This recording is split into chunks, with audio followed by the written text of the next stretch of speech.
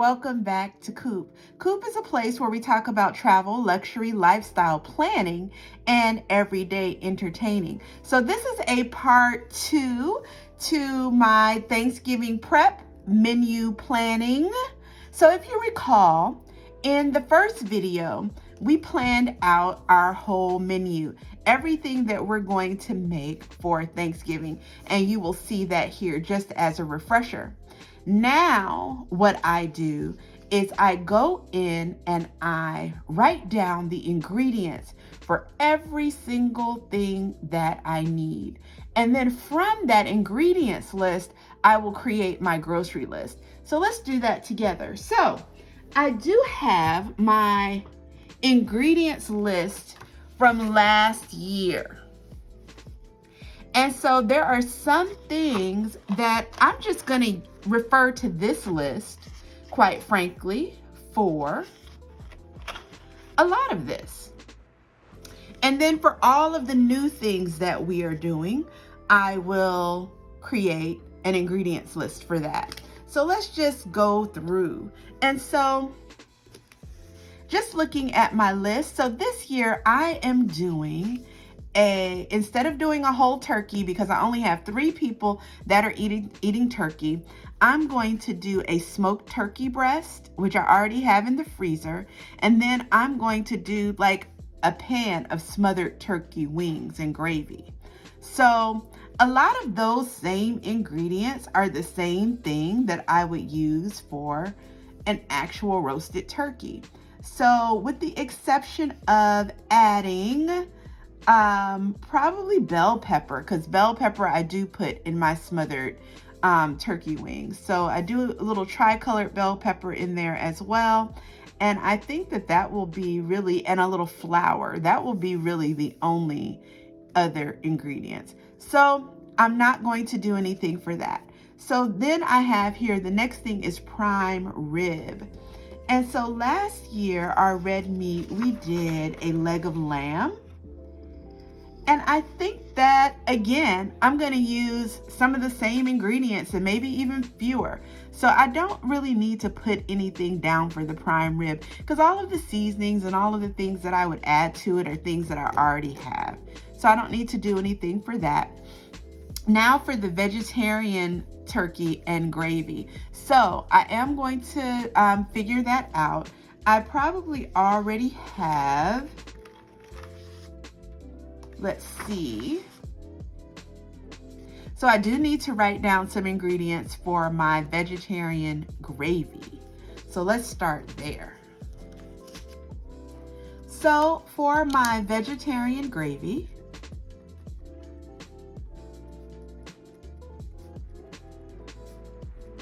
and this is vegetarian for a lacto-ova vegetarian, which is different from a vegan. So a vegan is someone that does not eat any animal products or byproducts.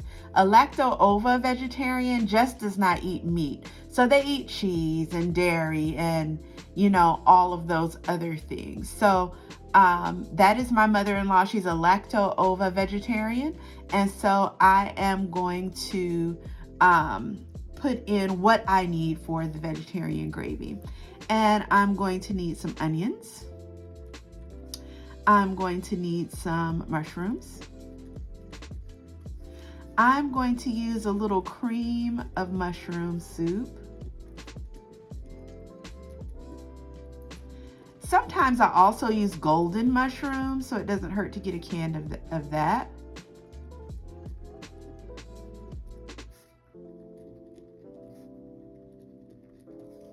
And then also probably a little celery, which we will already have for some of our other things. And then, you know, all of our usual spices. So we'll have parsley and black pepper and you know, all of the rosemary and some of those other aromatic seasonings that we'll put in. I won't put that on the ingredients list because I'm going to have plenty of that for all of the Thanksgiving cooking. And so we might also put a little bit of butter in here. I won't add that because I know that I'll have plenty of that around for all of the Thanksgiving cooking. So I'm trying to think what else. I think I might throw in a little bit of red peppers, like either roasted red peppers or red bell pepper into this gravy, but I also will have plenty of that. So I won't add to that. The next thing on our menu is our cornbread dressing. I have all of those ingredients already laid out here, so I'm not going to revisit that. Also, for our sweet potatoes, macaroni and cheese, mashed potatoes, same thing. I have all of that here from last year. Now, the creamy vegetable casserole is new, so let's write down what we are going to get for that. This is that recipe that I was telling you all about when I was saying I tasked my mother with picking something out that we've never had before.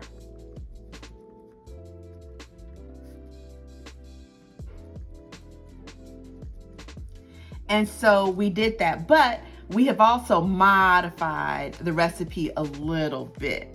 And so, as we do, sometimes we'll look at YouTube, as she said, as a guide. And then we'll modify a recipe to be what we want it to be. And so in this casserole, we are going to have butternut squash, which is a modification.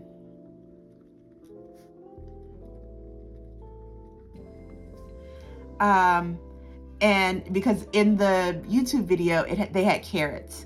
We're going to have cauliflower.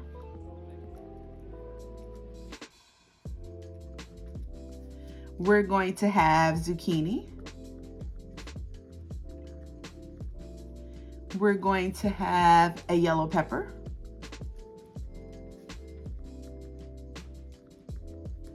And then I think I'm also going to put probably rosemary in it and roast garlic. I think I'm going to roast garlic along with all of these vegetables, let it get soft and mix it in with the sauce that you make with it. And so then the sauce takes sour cream. It takes heavy cream.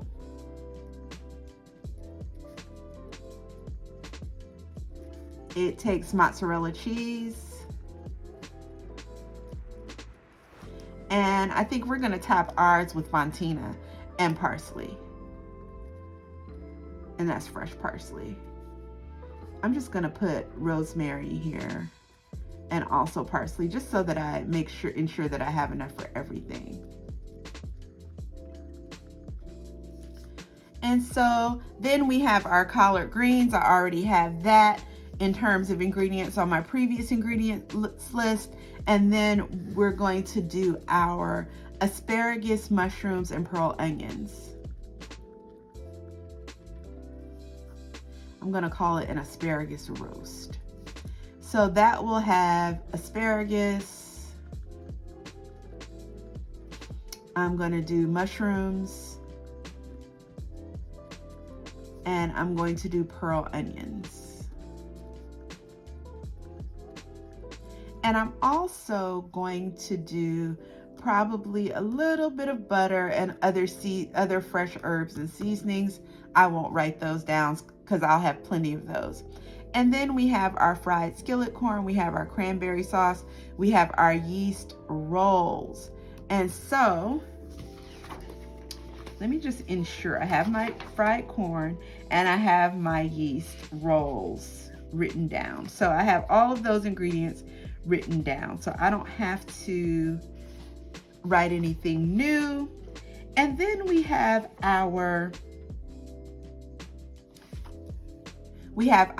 cranberry sauce, our pound cake, our pecan pie, our sweet potato pie, and then we have our surprise cake. And I think that I have landed on doing a hummingbird cake. So I'm going to do a hummingbird cake this year. And so let me just get the ingredients down for that.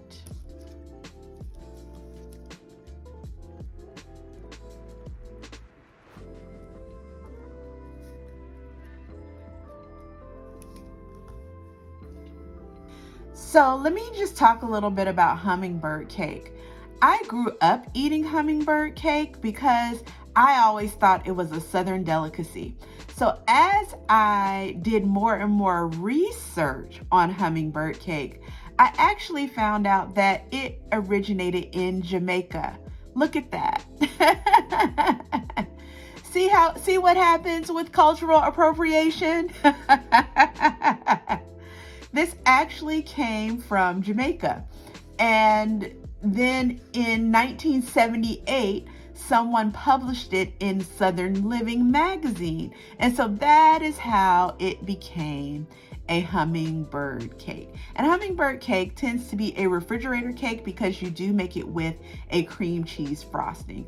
And if you like carrot cake, you're going to like this because it's that kind of cake that is rich in different ingredients. It's kind of dense like carrot cake, but soft and flavorful, but it is banana based. So let's go through the ingredients of hummingbird cake. So in our cake, we're going to use cake flour.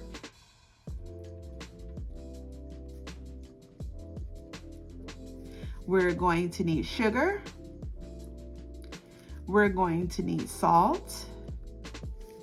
We're going to need baking soda. We're going to need cinnamon. We're going to need 3 large eggs. We're going to need vegetable oil.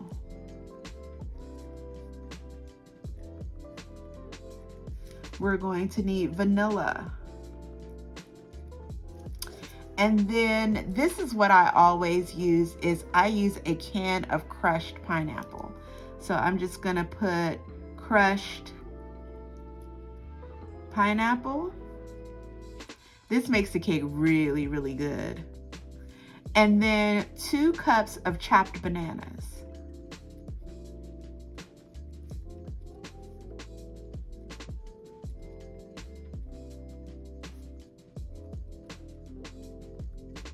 And what I actually like to do is get the bananas and not chop them so much as mush them.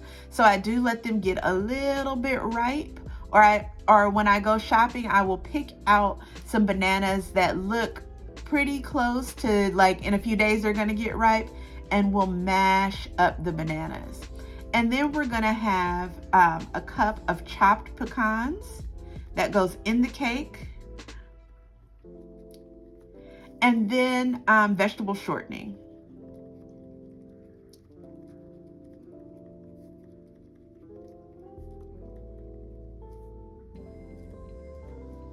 And then we're going to do a cream cheese frosting with this. So you know, cream cheese frosting is so simple. It's just cream cheese, butter, powdered sugar, and vanilla.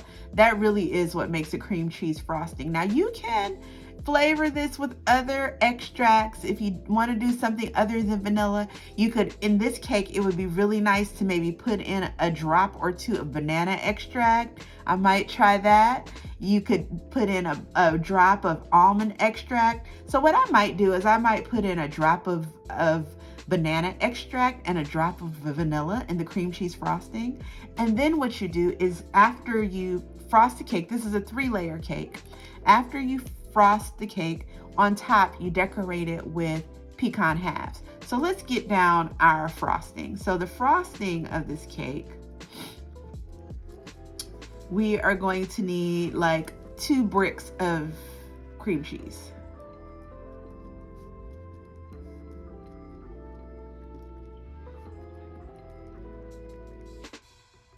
We'll need 1 cup of butter. We will need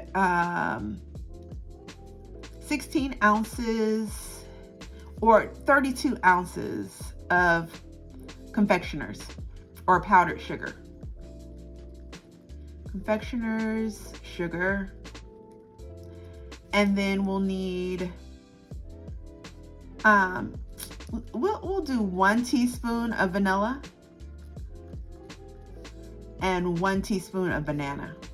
I think that's gonna be fun. And then we need a cup of pecan halves. So I will steal whatever my mother has left over from our pecan pies for this cake that I'm going to make. And that is it for all of my ingredients list. That was not hard because I had last year's list. So now what I do is I go through all of my ingredients and I create my grocery list. So give me 1 second and I'll be right back and we'll do that. Okay, girl, I'm back. So as you can see, here's our menu here. I'm gonna set our menu aside and I'm gonna work on this ingredients list. And so what I tend to do is once I have my ingredients list, and you'll see a video here coming up soon of my pantry clean out. I will do a complete pantry clean out every year before Thanksgiving. It also helps me assess what I have, what I don't have, what I need to get, how I need to restock. It is also the time that I restock and re-up my spices, my dried spices. So all of that works together. So now I do my grocery list in categories of things like produce and staples, frozen meats, baking, cans. And, you know, then I build on those categories. I probably need dairy, of course, you know, and I build on those categories as I go along and work out my ingredients list. So I take all of my ingredients and now I'm going to put it into the grocery list. And the way that I do this, so for example, you'll see onions here at the vegetarian gravy.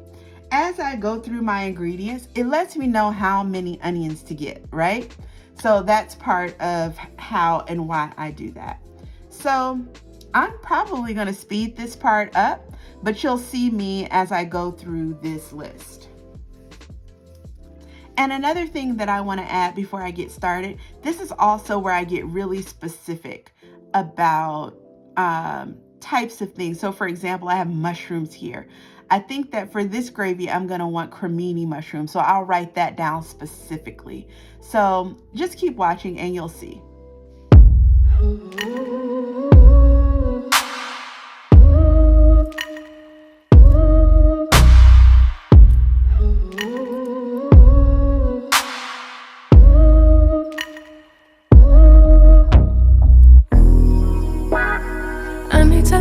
I need to step back.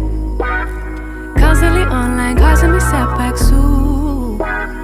Every day see so many people doing the things you do, and they're doing it better too. Whoa, whoa.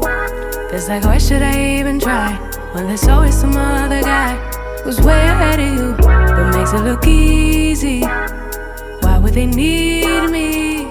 Oh, I hear it now. I'm just being needy.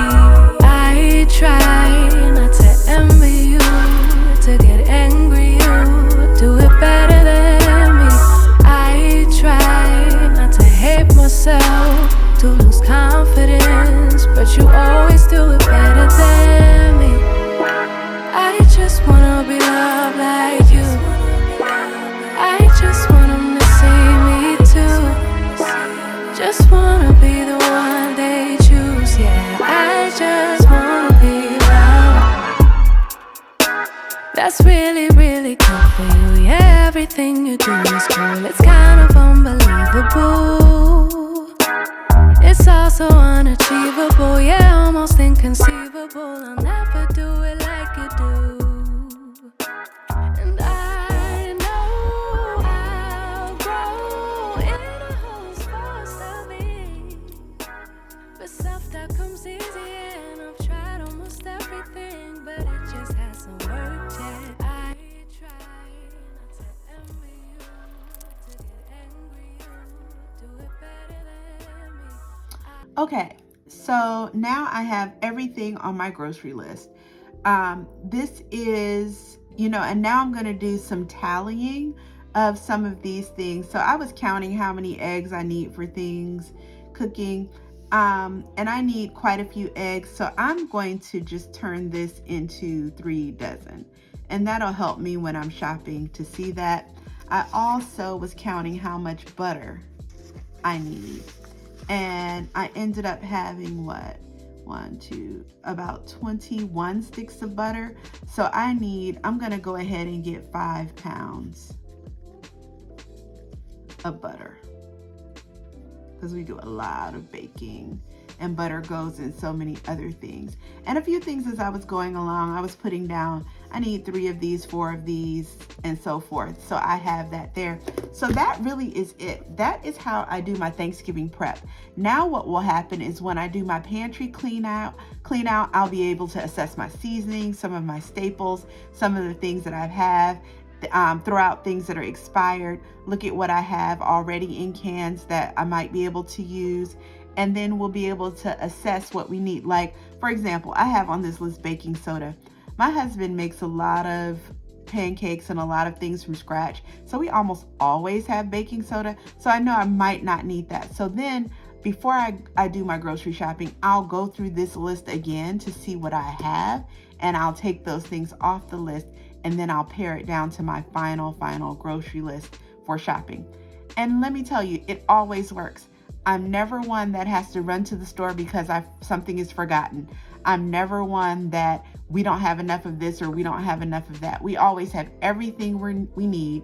We're able to be comfy, cozy, and tucked in at home during the Thanksgiving holiday, and we're able to get it all done. So I highly recommend doing this kind of tiered approach as you do your Thanksgiving menu planning. It really will help you buy exactly enough, not buy too much, because sometimes we can overbuy and be wasteful. And it will help you have just a stress-free Thanksgiving. The more pre-planning you do, the more stress-free the actual event goes. So I highly recommend that. If you enjoy more of this kind of content, please like, subscribe down below. Let's talk in the comments. What are you cooking for Thanksgiving? I can't wait to hear about it. And thank you so much for watching. Bye-bye.